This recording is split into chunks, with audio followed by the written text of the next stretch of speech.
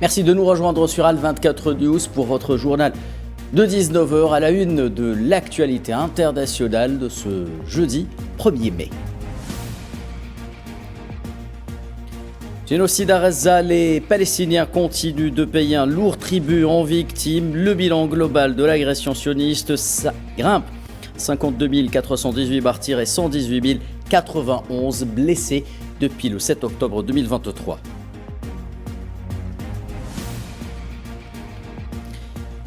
La famine utilisée par l'entité sioniste comme arme de guerre à Gaza continue d'arracher des centaines de vies, y compris celles des enfants palestiniens, alors que l'entité sioniste fait la sourde oreille aux appels des Nations Unies d'arrêter immédiatement le blocus imposé aux aides humanitaires. Au Soudan, Abdel Fattah el-Burhan nomme un nouveau Premier ministre intérimaire et un chef de la diplomatie alors que les Nations Unies parlent de 500 civils tués au nord Darfour depuis 3 semaines. Enfin, 1er mai de mobilisation générale en France face à la crise économique. La classe ouvrière française crie sa colère dans la rue.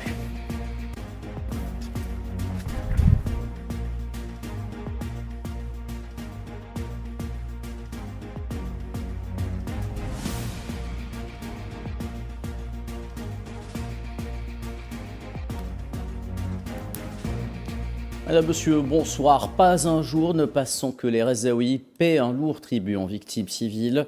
Des vies innocentes fauchées quotidiennement par la machine de guerre sioniste.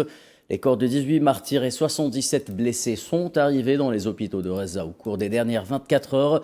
30 Palestiniens ont été tués depuis ce matin. Le bilan global des victimes s'est alourdi en ce jeudi 1er mai à 52 418 martyrs et 118 091 blessés selon les autorités sanitaires de Gaza, indiquant par ailleurs que 2326 Palestiniens sont tombés en martyrs et 6050 autres ont été blessés depuis le 18 mars, date de la reprise de l'agression sioniste sur l'enclave palestinienne.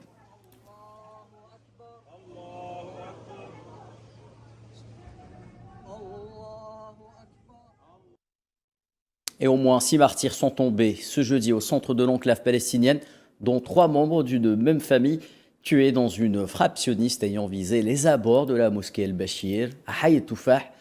D'autres martyrs palestiniens ont été signalés à Nusayrat et dans la région d'El Manara.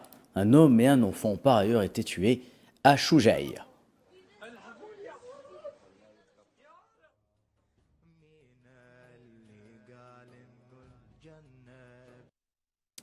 Et la situation est à peu près semblable au sud de la bande de Gaza. Au moins 5 martyrs ont été signalés ce matin à Khan Younes.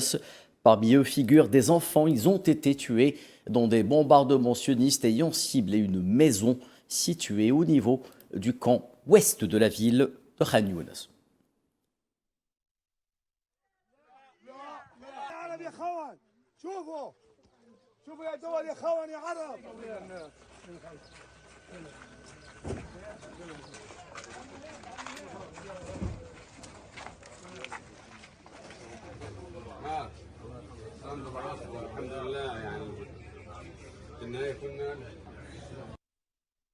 Et à Deir el-Balah, au moins 2 martyrs sont tombés lorsque l'armée d'occupation a pris pour cible des tentes de déplacés. 2 autres Palestiniens ont été tués dans un bombardement ayant ciblé cette fois-ci la région de Beit Lahia.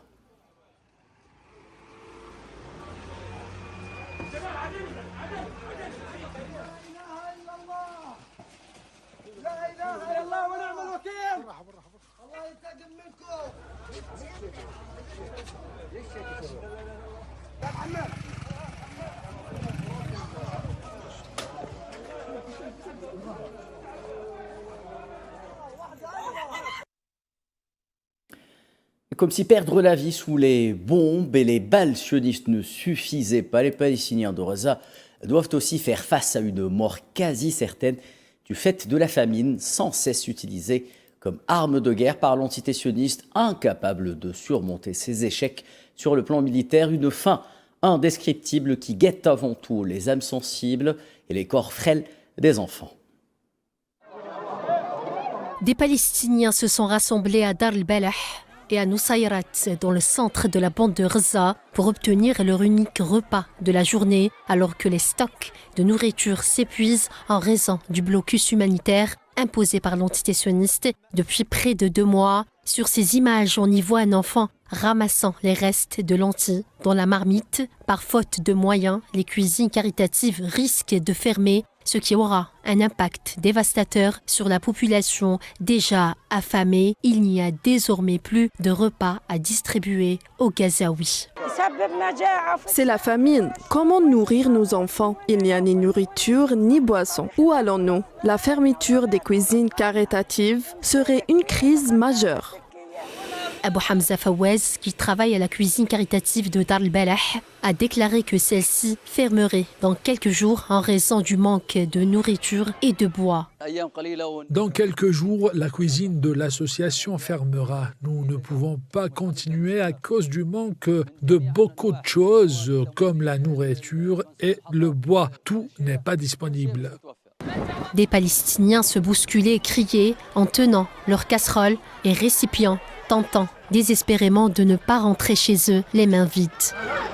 Ahmed Yassine, président d'une association caritative, a déclaré quel nombre important de petites cuisines caritatives avaient fermé depuis quelque temps à Gaza et que la population devait compter sur les cuisines principales qui fermera bientôt elles aussi si le blocus se poursuit.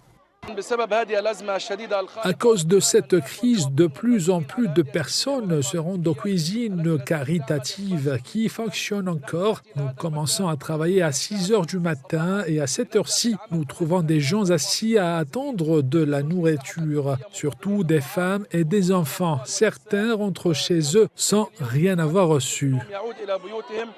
Pour sa part, le secrétaire général des Nations Unies, Antonio Guterres, a réaffirmé hier que l'acheminement de l'aide humanitaire vers la bande de Gaza en proie à des agressions barbares sionistes est une question non négociable.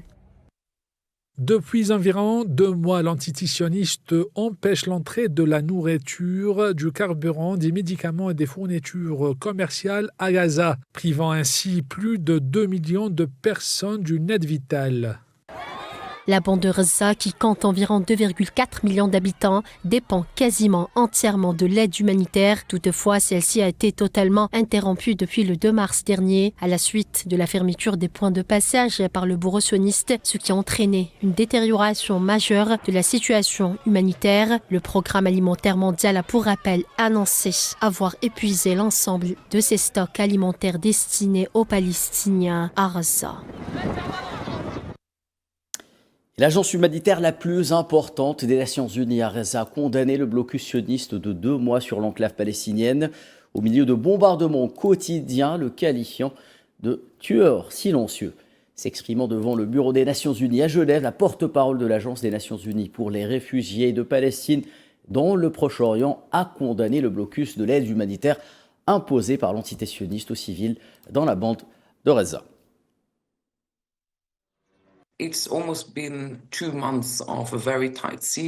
Cela fait presque 2 mois que dure un siège très strict. L'État d'Israël, comme vous le savez sans doute tous, a interdit l'entrée de fournitures humanitaires à Gaza, qu'il s'agisse de fournitures médicales ou commerciales, y compris de fournitures de vaccins pour enfants et de carburant. Cette mesure est entrée en vigueur depuis le 2 mars 2025.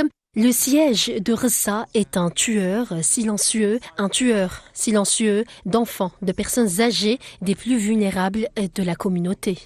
Nos approvisionnements sont bloqués à l'extérieur de Gaza. Nous disposons d'un peu plus de 5000 camions répartis dans plusieurs zones de la région chargés de fournitures vitales prêts à être livrées. Et malgré l'accord de cessez-le-feu en vigueur depuis le 27 novembre 2024, l'entité sioniste continue sans cesse d'agresser le Liban. Des frappes intervenues ce jeudi, notamment sur la région de Meis el-Jabal, au sud du pays, ont fait au total au moins 4 martyrs et plusieurs blessés.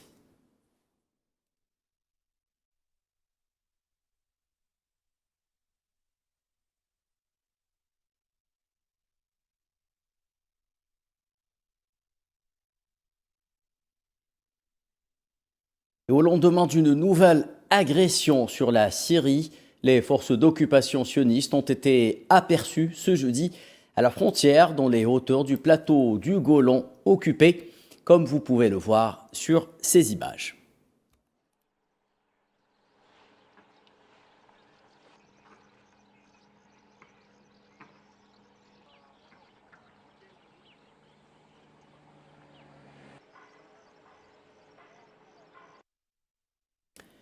Sans transition, actualité en Afrique, le Parlement catalan a accueilli hier à Barcelone un symposium sur la question sahraoui au cours duquel les souffrances du peuple sahraoui sous le joug de l'occupation marocaine ont été passées en revue dans le contexte actuel des violations flagrantes commises contre les civils non armés, y compris des prisonniers politiques.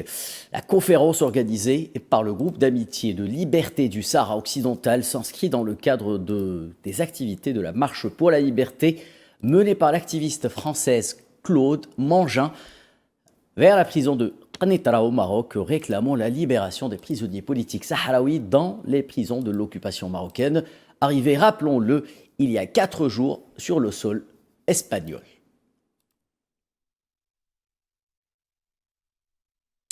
Et je vous en parlais tantôt en titre, le chef du Conseil de souveraineté au Soudan, Abdel Fattah al-Burhan, a nommé mercredi soir un nouveau Premier ministre intérimaire et un nouveau ministre des Affaires étrangères. Il s'agit en l'occurrence de Dafallah al-Haj Ali et de Omar Mohamed Ahmed Siddiq, le nouveau Premier ministre intérimaire, est chargé aussi du poste de ministre des Affaires du cabinet.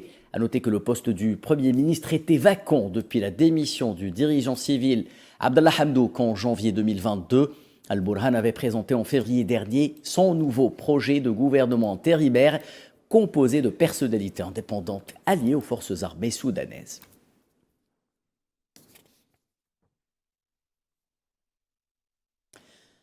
Toujours au Soudan, au moins 542 civils ont été tués depuis 3 semaines dans la région soudanaise du conflit nord Darfour. Mais le bilan réel est sans doute beaucoup plus élevé selon le haut commissaire des Nations Unies aux droits de l'homme, Volker Turk, qui a déclaré ce jeudi que l'horreur de ce qui se passe au Soudan est sans limite. Il y a 3 jours à peine, les forces de soutien rapide ont lancé des attaques coordonnées depuis plusieurs directions sur la ville assiégée d'Al-Fasher et le camp d'Abou Chouk, tuant au moins 40 civils, a précisé Volker Turk dans un communiqué.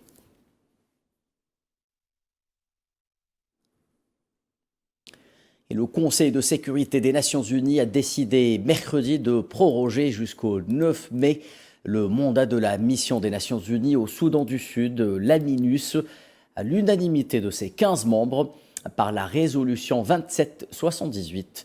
Le mandat actuel expirant le 30 avril, le Conseil a procédé à une prorogation technique en attendant une décision sur l'adaptation du rôle de la mission à l'évolution de la situation dans le pays.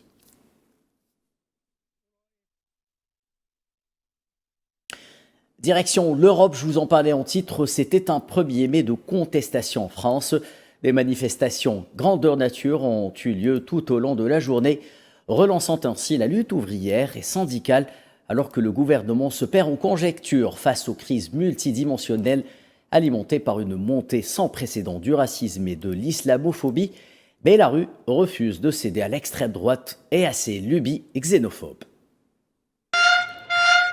Comme chaque année, la Journée internationale des droits des travailleurs a été marquée par une dispersion syndicale à travers la France. Un mouvement qui s'accentue cette année car le pays traverse une période difficile sur le plan économique, notamment en matière de budget. Plus de 300 000 manifestants étaient présents dans plus de 270 mobilisations dans le pays en cette journée du 1er mai. 100 000 manifestants ont battu le pavé à Paris selon la CGT. Les revendications des manifestants sont amplifiées par un contexte politique très tendu, l'occasion donc pour les Français de faire passer des messages politiques à caractère social, hausse des salaires, défense des retraites et droit à la paix. L'année dernière, 121 000 personnes avaient pris part aux manifestations. Un chiffre largement dépassé ce jeudi. Au grand bonheur des syndicats, la secrétaire générale de la CGT a qualifié cette manifestation de journée réussie. Ce 1er mai est plus unitaire que celui de l'année dernière, c'est ce qui devrait être relevé. On le voit dans cette manifestation parisienne et on le voit aussi partout en France où des dizaines de départements organisent des manifestations de façon totalement unitaire. Nous savons d'ores et déjà que ce 1er mai est une réussite. Nous recensons 270 manifestations dans toute la France. Nous savons que les manifestations qui se sont déroulées ce matin ont accueilli plus de manifestantes et de manifestants que l'année dernière. Nous sommes des centaines de milliers à manifester aujourd'hui pour dire que la question sociale ne doit pas disparaître des radars. Du côté des partis politiques, ce rendez-vous représente une occasion de mettre la pression sur l'exécutif. Le leader insoumis Jean-Luc Mélenchon était au départ du cortège parisien en début d'après-midi. Il s'est exprimé à l'occasion de ce 1er mai. Voilà pourquoi il faut des 1er mai puissants et pourquoi nous nous réjouissons de voir que vous êtes si nombreux sur cette place, qui que vous soyez, quelles que soient vos bannières, quels que soient vos drapeaux. Le 1er mai vit, le 1er mai vivra. C'est nous qui représentons l'aspiration universelle. À noter que les diverses manifestations de ce 1er mai ont fait l'objet de vives tensions entre policiers et manifestants, alors que Bruno Retailleau, ministre de l'Intérieur, avait déclaré sur une radio locale qu'aucun débordement ne serait toléré.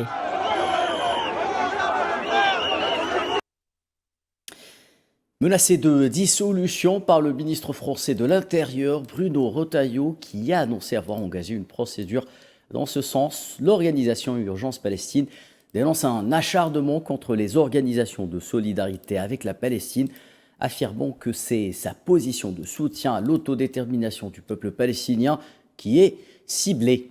L'organisation rappelle à ce titre que de nombreuses organisations de défense des droits humains, tout comme le Comité des droits de l'homme des Nations Unies, ont alerté sur la nature profondément attentatoire aux libertés des procédures bâillons mises en œuvre en France.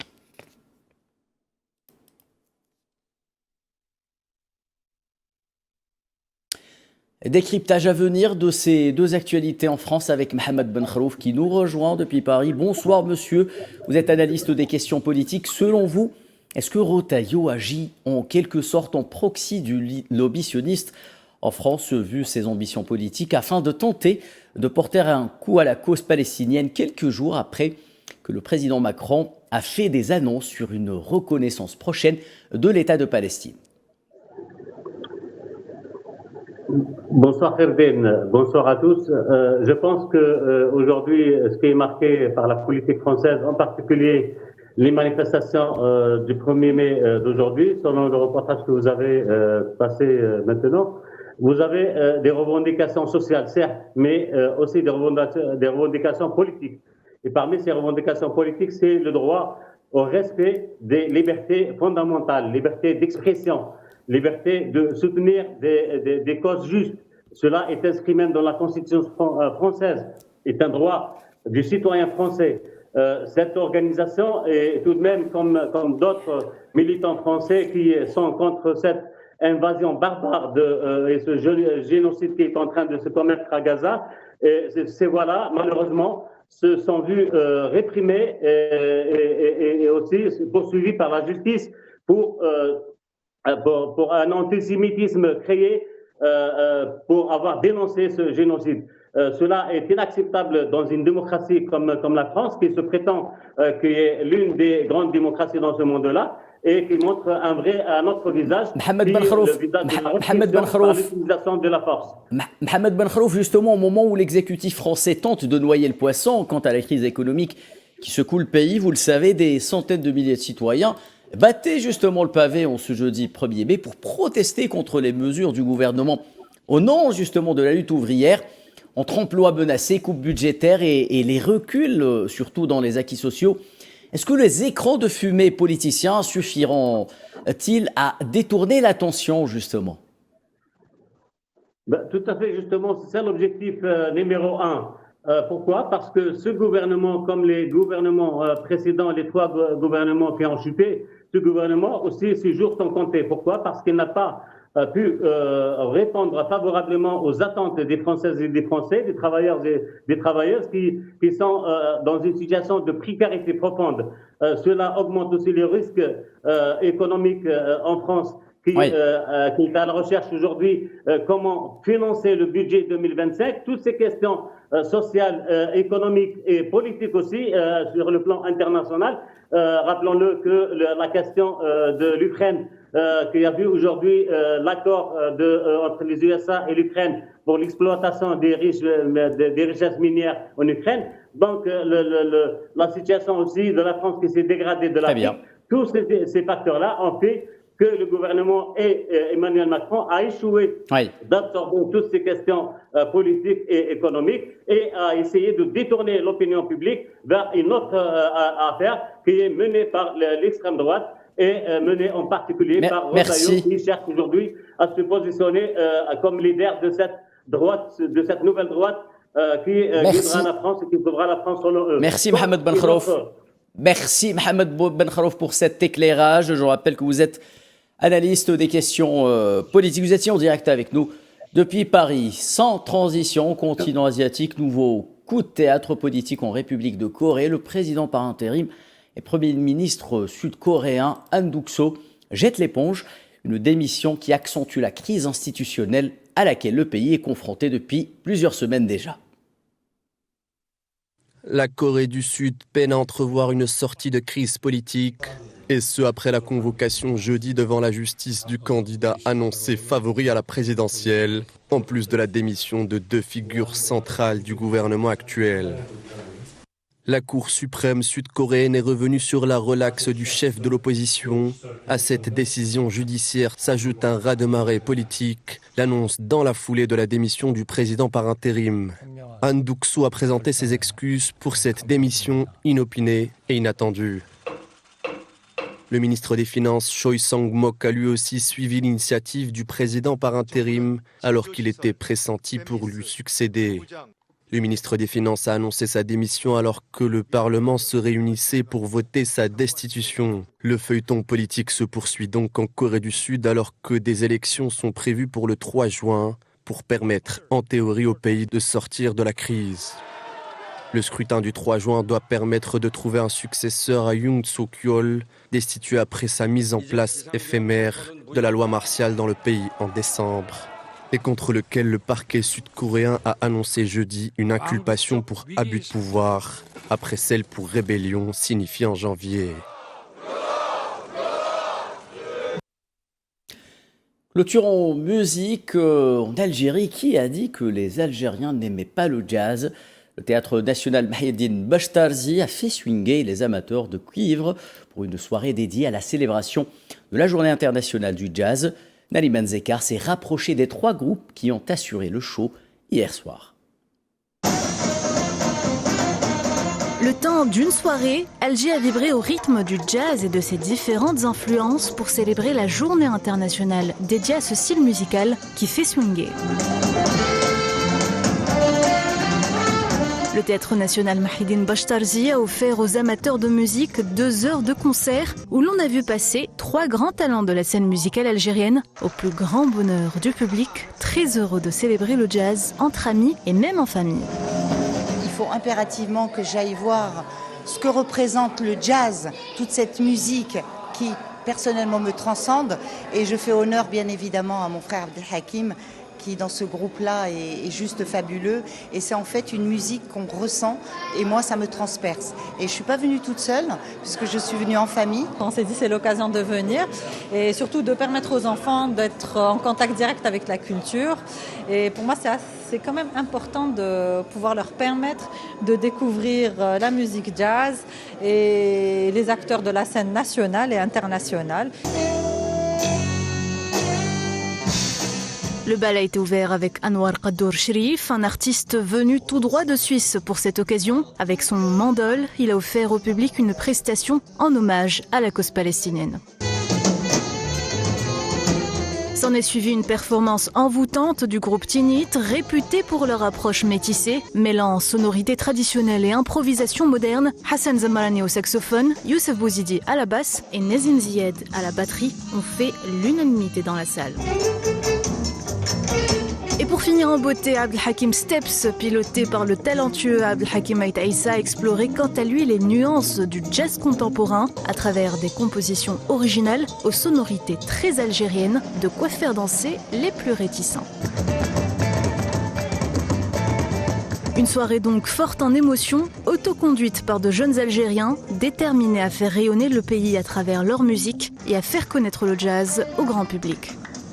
Pour cet événement qui est la célébration de la Journée internationale du jazz, c'est un événement qu'on a autoproduit. C'est un événement où on a été solidaires autour justement pour pouvoir partager notre musique créative et pour pouvoir partager toute cette énergie avec le public. C'est un événement autoproduit, autofinancé, en coproduction avec le TNA qui a fourni l'espace et une partie de la technique. Mais à part ça, on a tout fait tout seul. Ce qu'on appelle en anglais DIY, on a do it yourself. Et c'est vraiment l'esprit qu'on veut défendre, et même musicalement du coup, parce que un des buts c'était de se rassembler autour d'une passion, d'une passion commune qui est le jazz et la musique en général. Tombé de rideau dans une salle en feu, comblée, les visiteurs ont quitté le TNA avec le rythme dans la peau et des chansons plein la tête.